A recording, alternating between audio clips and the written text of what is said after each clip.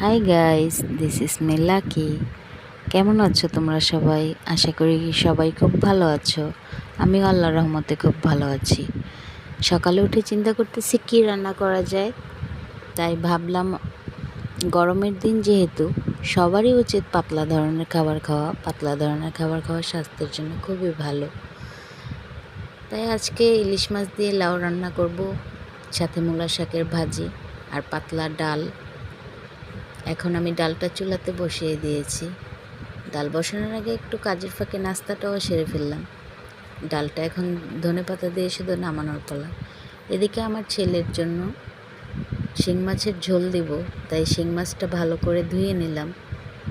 ডালে ধনেপাতা দেওয়া শেষ, এখন ডাল নামাবো। ডাল নামিয়ে এখন আমি লাউর তরকারিটা বসানোর জন্য পেঁয়াজ মরিচ কেটে নিচ্ছি। সামনে তোমাদের জন্য পিঠা ব্লগ আসতেছে, কে কে দেখতে চাও কমেন্টসে জানাবা। তাই আমি এখন লাউর তরকারিটা কষানোর জন্য মশলা দিয়ে আমি পানি দিয়ে ঢেকে দেব। এদিকে মূলা শাকের ভাজিটাও হয়ে আসছে। মূলা শাকের ভাজিটাও এখন নামানোর পালা। ছোট চিংড়ি মাছ দিয়ে মূলা শাকের ভাজি খুবই মজা গরম ভাত দিয়ে। এখন আবার কাজের ফাঁকে আমি একটু আপেলও খেয়ে নিচ্ছি।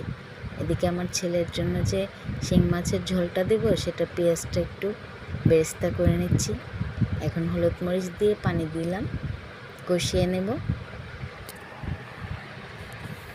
এদিকে লাউয়ের যে কষানোতে দিয়েছি সেটা অলরেডি হয়ে আসছে। এখন শুধু লাউটা দিব আর রান্না সারবো।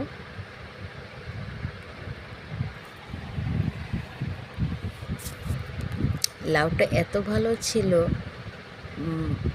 মানে কি বলবো, লাউটা খুব যেমন ভালো ছিল তেমন খেতেও খুব সুস্বাদু ছিল।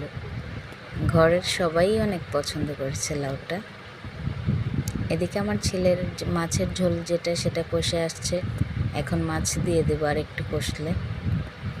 আমার ছেলের জন্য আলাদা রান্না করা হয় না, সচরাচর বাসার ঘরের খাবারই খাওয়াই। এখন ওই যে ইলিশ মাছ দিয়ে লাউটা রান্না করব, তো সেজন্য ইলিশ মাছ তো কাটা, তাই ভাবলাম যে ছেলের জন্য একটু 2টা মাছ নিয়ে ঝোল দিই। এদিকে মাছটা হয়ে আসলে আবার লাউয়ের জন্য ইলিশ মাছটা ভাজতে হবে। আমরা আবার ভাজা ছাড়া কোনো তরকারিতে মাছ খাই না। অনেকেই কাঁচা খায়, বাট সবাই তো আর এক না। আমার ছেলের রান্নাটাও হয়ে আসছে, ধনেপাতা দিয়ে এখন নামাবো।